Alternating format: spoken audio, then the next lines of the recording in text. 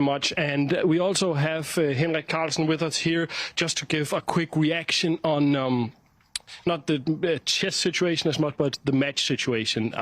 Obviously, you must be very happy now. Well, I'd like them to finish this game, because now Magnus has spent like 6 minutes on this move, so obviously there are things to calculate still.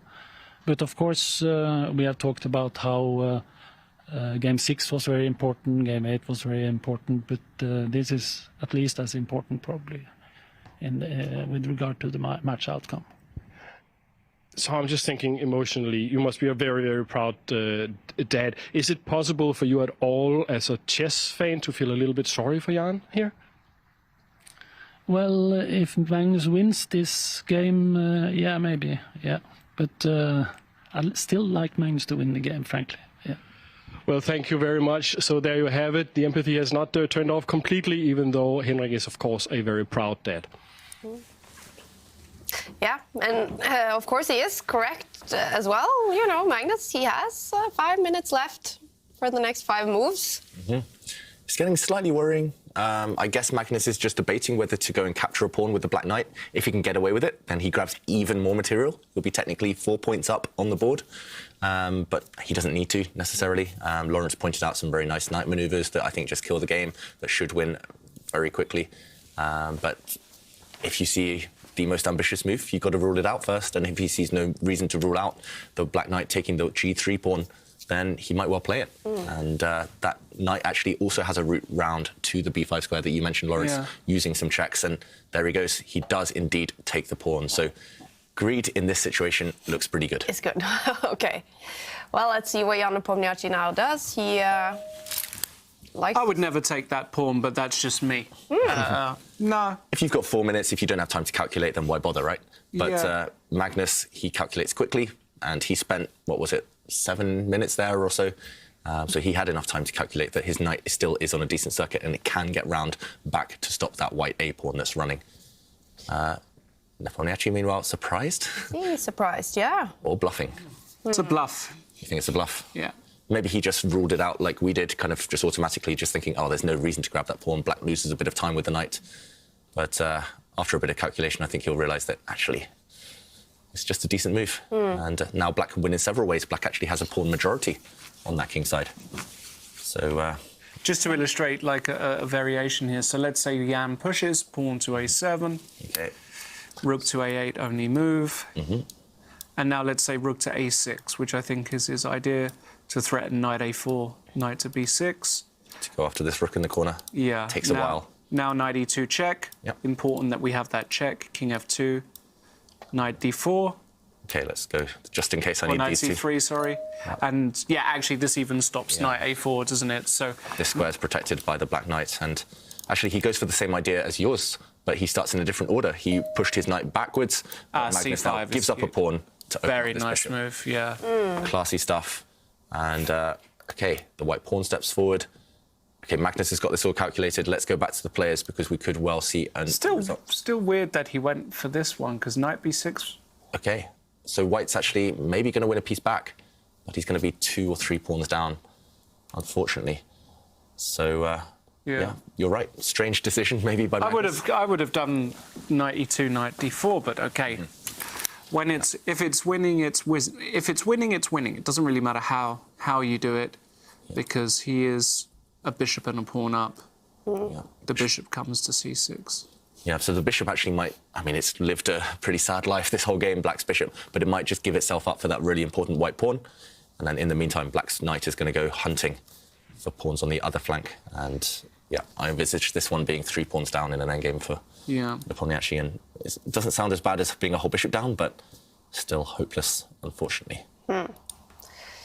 Will he just reach move 42? I mean, we have seen bigger shocks than the bar move from 4 advantage to the other side. Yeah, you know, blunders.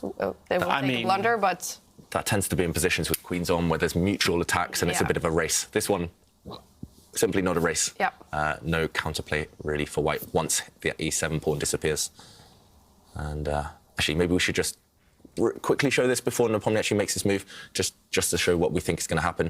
White's pawn now cannot move forward. It's the square protected by the rook, so we're expecting the knight to try and help this pawn promote, and now the bishop simply moves to c6, stopping this, well, not stopping this pawn from promoting, but if the pawn does promote now to a queen, black happily gives up the bishop just to force the white knight offside, and meanwhile the black knight will retreat, and white has won the bishop back, but in the meantime, if we count the pawns, it's 3 versus 5. A bit like the score right now in the match. And yeah, this pawn is doomed, it's isolated, it's about to fall, and once that pawn falls, the rest of the pawns as well, easy targets. It's going to be 3-pawn advantage, just like it's going to be a 3-point advantage in the match for Magnus. Yeah, no real hope, nothing else to do. This is the only plan for white, really. There's only one. Oh, no, there isn't. Sorry. And yeah, there is. I'll try rook b1. Take b1. my knight, please. Oh, you want to come to the top of the board? That's very sneaky, Lawrence. So if We got it. Yeah. And whoops, the rook goes to b8. But hang. Ah, yes. And I win, actually, You right? do win, yeah. I don't think you do, even if the bishop drops back. Maybe black's better there. Ah, sorry, even black's better there. Are you sure? Maybe not. Maybe it's not so Are clear. you sure?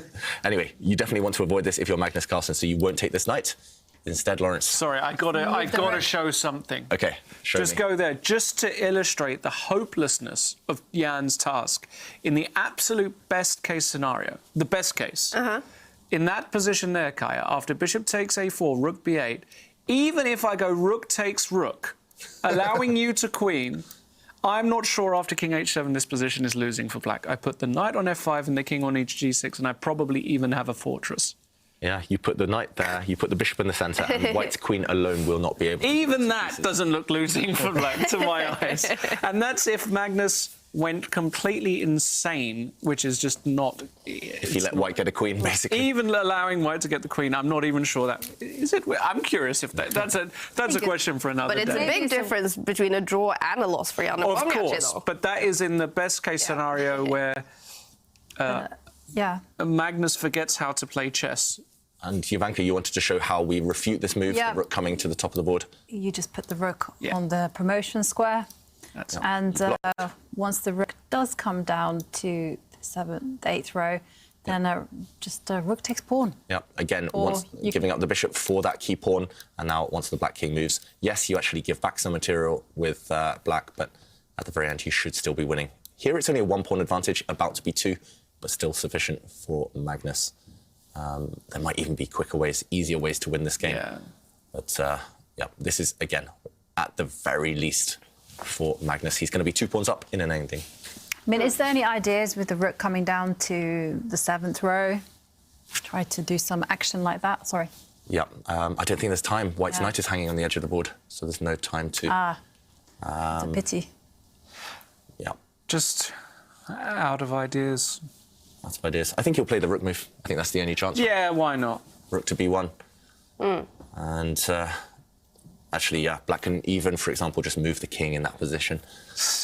Black has many, Oh, that's such a nasty... many options. But Yeah. Yeah. it's... Very sad. Very sad to see it like this. He wants one final trick, though, before move 40, while Magnus only has 4 minutes left, so it makes Yeah, sense. exactly. Yeah. Magnus has 2 moves to make in 4 minutes.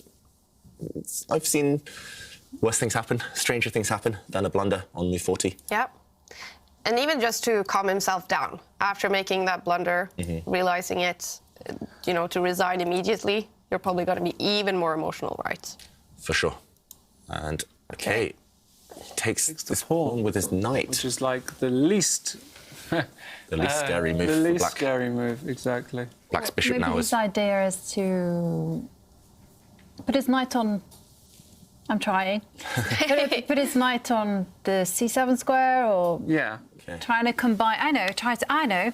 So if the bishop does come out, his Yeah. idea is just to slide across with his rook to the b1 square, and then do the idea of putting the rook on b8.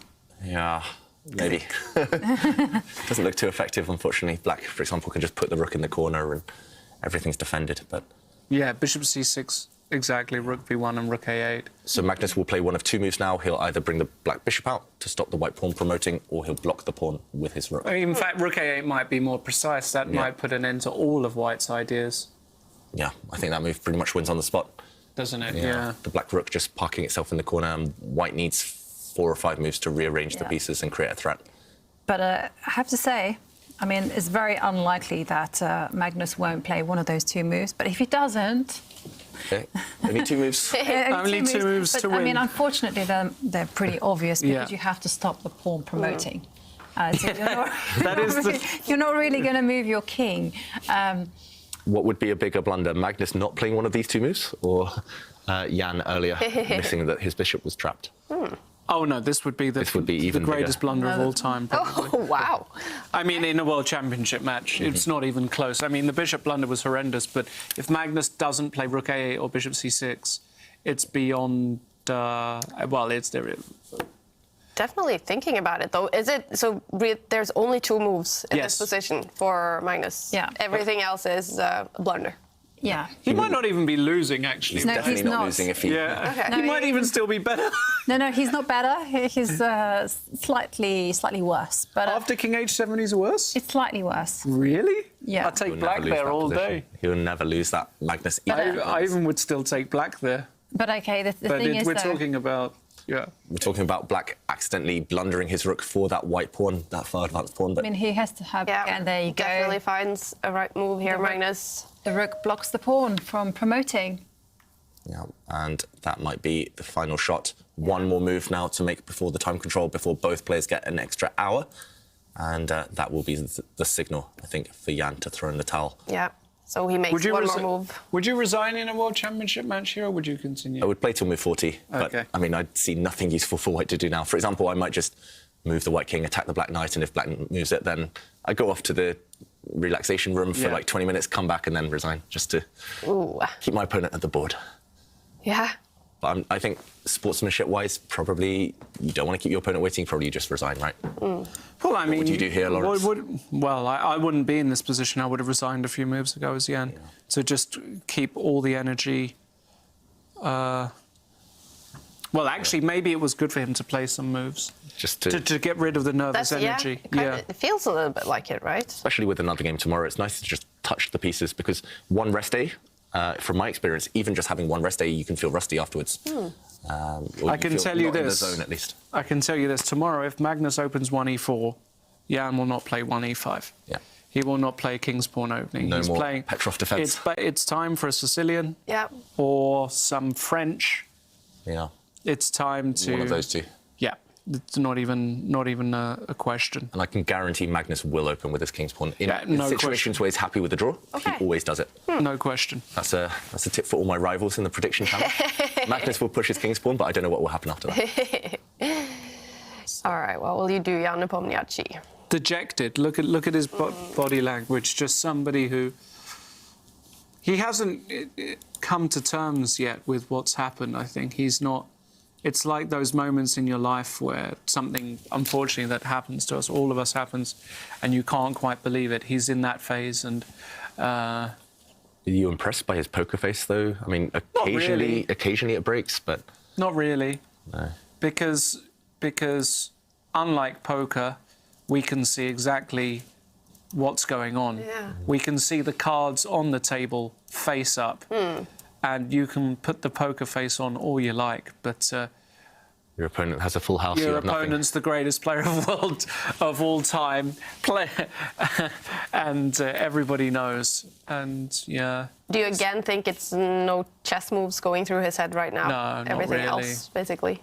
You can just see it there. Yeah. I mean, There are no logical moves for white that even Yeah. maintain a chance. White's knight far away from even kicking away that black rook now. it just looks like he's just giving himself the courage to resign. And it was in the press conference after last game, game 8, of course, he said that he was sorry. It was a heartbreaking sentence from him, that he was sorry for the way he played, the blunder he made in that game. I have a feeling we might see a repetition of that because, Yeah. if anything, this blunder was far worse than his blunder in the previous game, in game 8. So this is not even in the same league as blunder. That was a terrible blunder, but the fact he's apologising to the fans, to the Russian supporters out there, maybe is, I mean, he's very aware of how many people are watching, the momentous occasion. He's very aware of the pressure, and that seems to have got to him. I saw a great quote actually by Garry Kasparov, where he said the eternal paradox of peak performance is learning while still carrying on as if you appear invincible. Oh, And I thought it was quite nice. Yeah. And that's exactly what Jan Nepomniachtchi has to do. He has to learn from this last few games and then just carry on. Get to game 10 with a smile on his face and this belief that, yes, he can do it. Yeah, that will be an accomplishment, right? Yeah. Mentally. We talked about the 1984 match, Karpov against Kasparov, and that's one to draw inspiration from. So, yeah, definitely he should be listening to the words of Garry Kasparov. And that's Wow. handshake. Game 9 is over. A terrible blunder by Jan Nepomniachtchi. Will they talk about it? Apparently they will. Yeah, but I thought maybe I could go knight d7. I'm not sure if knight Knight d7. knight f7. Yeah, I'm Queen not e6, sure. d5. Yeah, sure. Yeah, maybe well, it looks a bit ugly, like 94 or something. Yeah, knight d4, queen d6. No, I mean, okay, for a moment I just thought this is like some huge advantage, but actually I think should be fine, yeah, but I mean, okay, any move but c5. Yeah, I mean, I've already knight h6 bishop before and so on, yeah, like... yeah, knight f5. Oh, it's a little bit, even king g2 at some point. So if you take on c4, then maybe okay. Yeah, I thought c1. king f2, knight e7 and bishop c6. I mean, but I blundered... Queen e1, yeah. Okay, Queen e1, but maybe it's how I thought it's like slightly better. I mean, even not slightly, but yeah, somehow. Yeah, But no, I mean... after c6, there is just no way. Yeah, I mean, No, it's just... big nonsense. Because if pawn on c4, c6 is never an idea because of knight c5. Yeah. It's funny.